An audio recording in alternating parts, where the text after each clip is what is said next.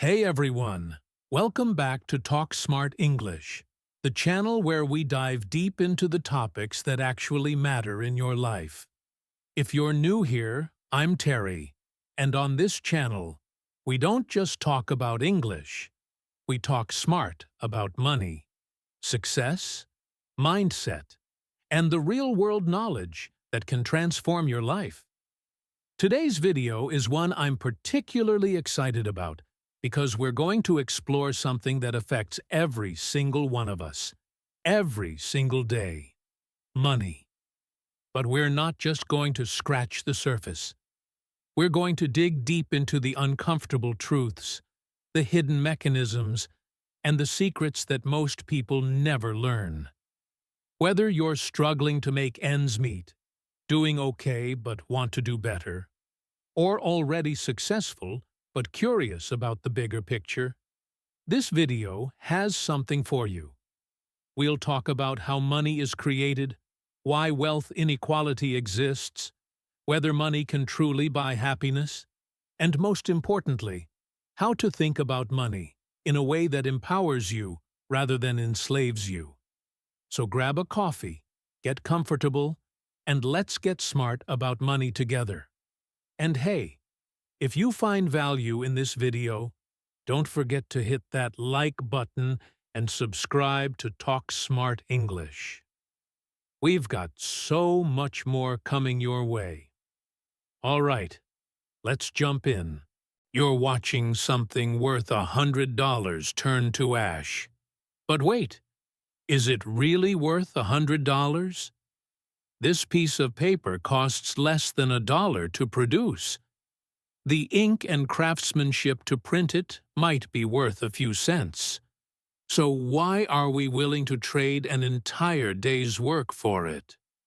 Why would someone lie, steal, or even kill for it?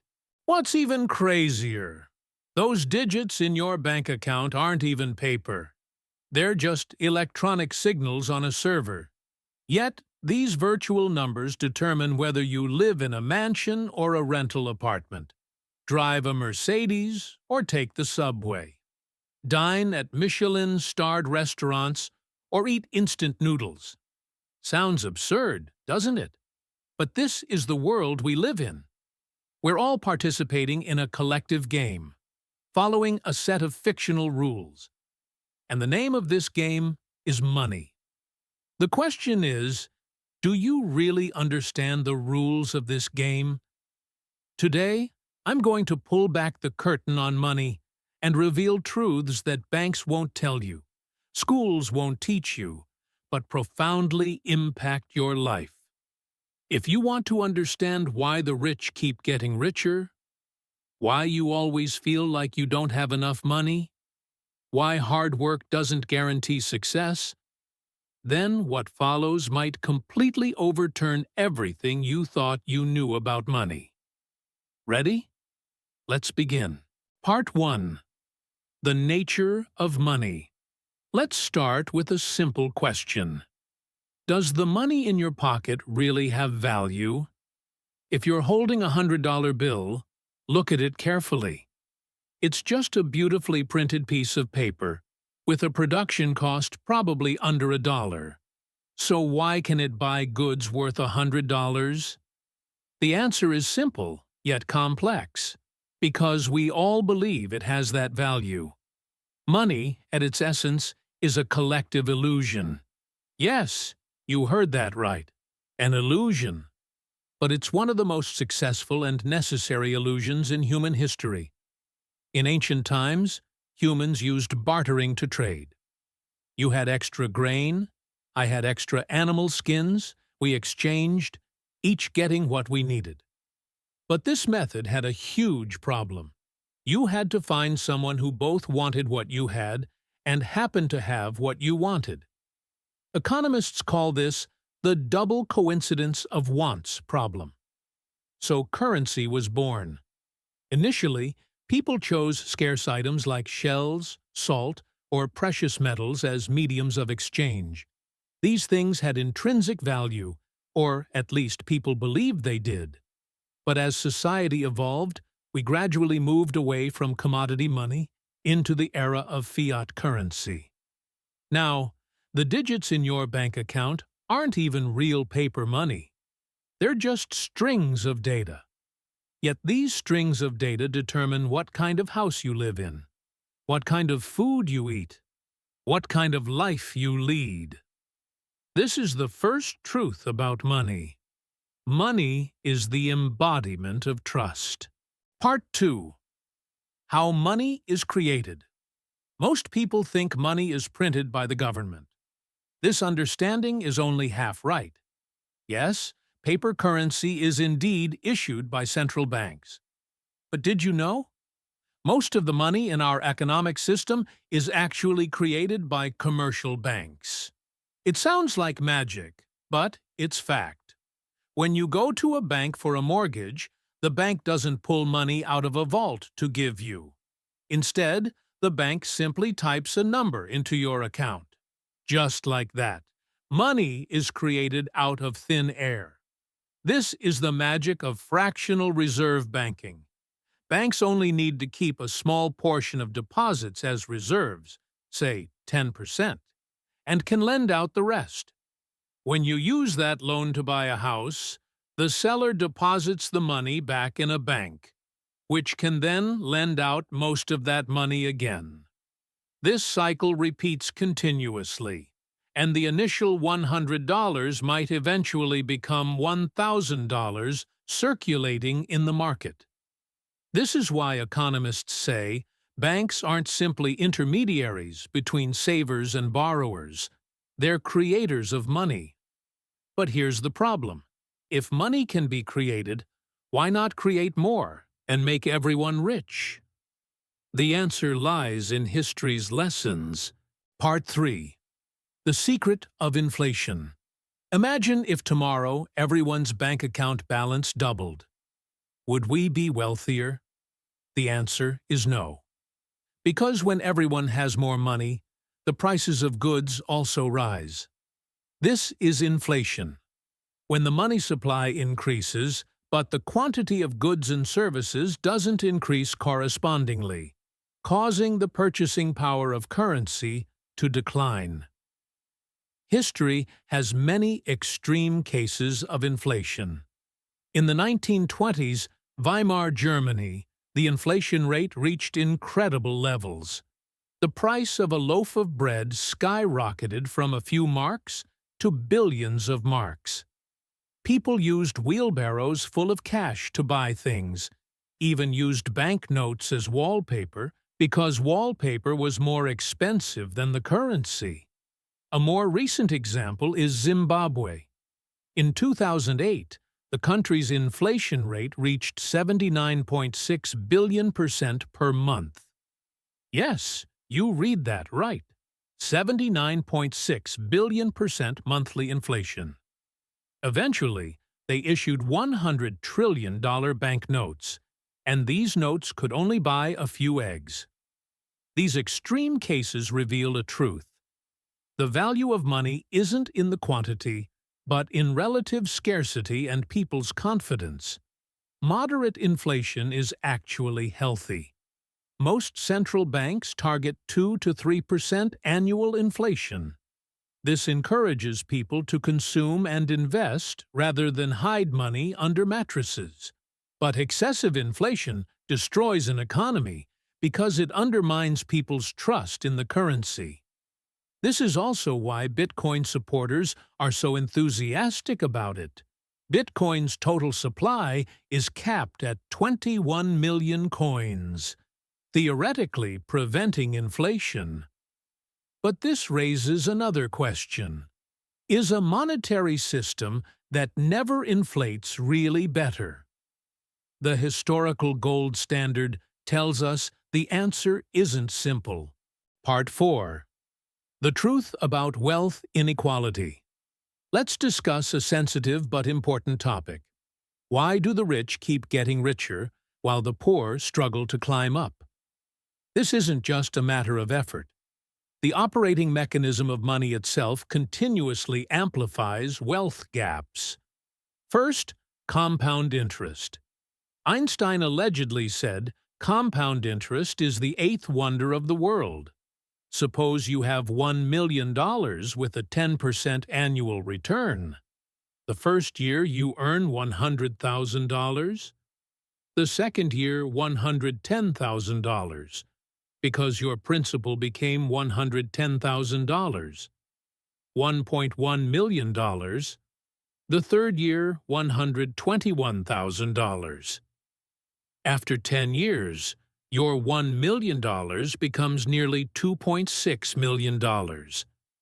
But if you only have $10,000, with the same return rate, after 10 years, you only have $26,000. The absolute gap expands from $990,000 to $2.57 million. The wealthy don't need to do anything extra. Just by having more capital, their wealth grows exponentially. Second, barriers to asset acquisition. The wealthy can invest in real estate, equity, hedge funds, and other high-return assets. Ordinary people might only be able to put money in banks or buy financial products, with returns far below inflation-adjusted asset appreciation rates. Third, tax structure. In many countries, capital gains tax, tax on investment income, is often lower than income tax, tax on wages. This means wealthy people earning from investments might pay lower tax rates than middle-class people living on salaries. Finally, and most insidiously, the impact of monetary policy. When central banks implement loose monetary policy, lowering interest rates and increasing money supply, where does this new money flow first? It flows to banks, large corporations, investors, those closest to the financial system. They use this cheap money to buy assets, driving up asset prices. By the time this money finally reaches ordinary people, prices have already risen. This is called the Cantillon effect. The benefits of increased money supply are unequally distributed across different social groups. So, wealth inequality expansion isn't just about individual ability or effort. It's also a result of the structural design of the financial system. Part 5. The Paradox of Money and Happiness. Now let's ask a more philosophical question. Can money buy happiness? Scientific research provides an interesting answer. Yes, but not entirely. A famous Princeton University study found that the relationship between income and happiness follows a curve. Below the poverty line, every bit of additional income significantly boosts happiness because you can meet basic needs: food, shelter, healthcare. But once annual income reaches a certain threshold, about $75,000 in the study, adjusted for region and time, happiness growth plateaus. In other words, from poverty to comfortable living, money can indeed buy happiness. But from comfortable to wealthy, money's marginal utility diminishes. The first million brings far more joy than the 10th million. Why? Because human happiness largely comes from social comparison and psychological adaptation. When you buy a new car, you're excited for the first few weeks. But soon, you adapt. The car becomes your new baseline, and you start wanting a better car. This is called hedonic adaptation. Meanwhile, our happiness is also influenced by social comparison. If you earn $500,000 annually, but your friends all earn $1 million, you might feel like a failure. But if you earn $200,000 while everyone around you earns $100,000, you might feel very successful. This is why in the social media age, despite rise in living standards, many people feel more anxious. We always see the glamorous side of others' lives. The deeper issue is, We chase money to obtain what money represents: freedom, security, recognition, choice. But we often forget our original purpose in the chase. We sacrifice health, family time, and hobbies to earn more money. When we finally make the money, we find what we lost can't be recovered. This is money's greatest irony. We trade our lives for money, then use money to buy back our lives. Part 6. The Future of Money. So what will the future of money look like? We're in an era of monetary revolution. Cryptocurrencies, digital dollar, decentralized finance, DeFi, central bank digital currencies, CBDCs, these new concepts are reshaping our understanding of money. When Bitcoin was born in 2009, it proposed a radical idea. We need a currency not controlled by governments, with fixed supply and decentralized. Over a decade later, cryptocurrency has evolved from a geek experiment into a multi-trillion-dollar asset class. Meanwhile, central banks worldwide are developing their own digital currencies. China's digital dollar has entered pilot stages, with Europe, the US, and others researching similar projects. These central bank digital currencies represent the complete opposite philosophy of cryptocurrencies. They're centralized, monitorable, and government-issued. Future money might be programmable. Imagine your salary automatically deducting taxes, savings, investment allocations, with only the remainder being disposable income. Charitable donations could be programmatically tracked, ensuring every dollar reaches its intended destination. Government subsidies could be programmed for specific goods only, preventing abuse. This sounds efficient, but raises privacy and freedom concerns. If all transactions are digital and traceable, can governments or large corporations monitor our every expenditure? Will cash's anonymity become history? Another trend is financial democratization. Previously, complex financial instruments were only accessible to the wealthy and institutions. But now, through the internet and fintech, ordinary people can invest in global stock markets, purchase fractional shares of expensive assets, and use robo-advisor services. However, this brings new risks. When everyone can easily make high-risk investments, bubbles and crashes might become more frequent and severe. The 2021 meme stock frenzy and NFT bubble are side effects of this democratization. Part 7. Redefining wealth. Finally, let's rethink a question. What does it really mean to be wealthy? If you ask most people this question, the answer might be having lots of money. But this answer is both right and wrong. True wealth shouldn't only be measured in money. Let me share several different dimensions of wealth. Time. Wealth. How much time can you freely control?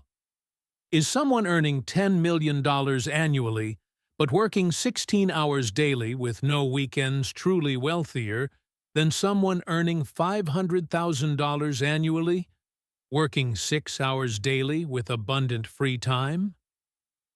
Health wealth. Without health, money is just numbers. A healthy, energetic person possesses potential value, far exceeding their account balance. Relationship. Wealth. How many people truly care about you? How many deep, meaningful relationships do you have? Research repeatedly shows that social connections are among the strongest predictors of happiness. Skills. Wealth. What skills have you mastered? Can these skills create value, solve problems, bring fulfillment? Skills are wealth that cannot be taken away. Experience. Wealth. What have you experienced? What landscapes have you seen? What books have you read? What unique experiences have you had? At life's end, people often regret not earning enough money less than not having enough experiences. Meaning, wealth. Does your life have purpose? Are you doing meaningful things? A sense of meaning might be the scarcest wealth because it cannot be purchased, only created. Truly wealthy people achieve balance across these dimensions. They have enough money to secure basic needs and reasonable desires, but aren't enslaved by money. They have time to enjoy life, health to realize dreams, relationships to share joy, skills to create value, experiences to enrich life, and meaning to drive them forward. Conclusion: the wisdom of money. So what is the truth about money? Money is a tool, not an end. It's a technology for social cooperation that allows us to exchange value across time and space. It has no inherent good or evil. What matters is how we use it. Money is necessary but not sufficient. It can solve many problems, but not all problems. It can buy many things, but not the most important things. Money is relative, not absolute. Whether you're wealthy depends on whom you compare yourself to, on your expectations and satisfaction. Money is fluid, not static. It needs to be used, invested, and circulated to create value. Hoarding money won't make you wealthier, it only devalues money. Most importantly, money should serve life, not life serve money. We earn money to live better, not to live for earning money. When you understand these truths, you can establish a healthy relationship with money. You'll respect money but not worship it, pursue money but not be bound by it, use money but not be defined by it. Remember, you are not your bank balance. You are your choices, your relationships, your experiences, your contributions. Money is just a tool to help you achieve these. If today's content has given you a new perspective on money, my purpose is achieved. Don't let money be a source of anxiety. Let it be a tool for your freedom. Earning money is important, but living a meaningful life is more important. Because at life's end, no one says, "I wish I had worked more hours and earned more money back then." But many people say, "I wish I had spent more time with family, done more meaningful things, enjoyed life more." This is money's ultimate truth. It's not the destination, but part of the journey. Treat it wisely, and it can become your ally in pursuing a happy life. Thanks for watching. See you next time.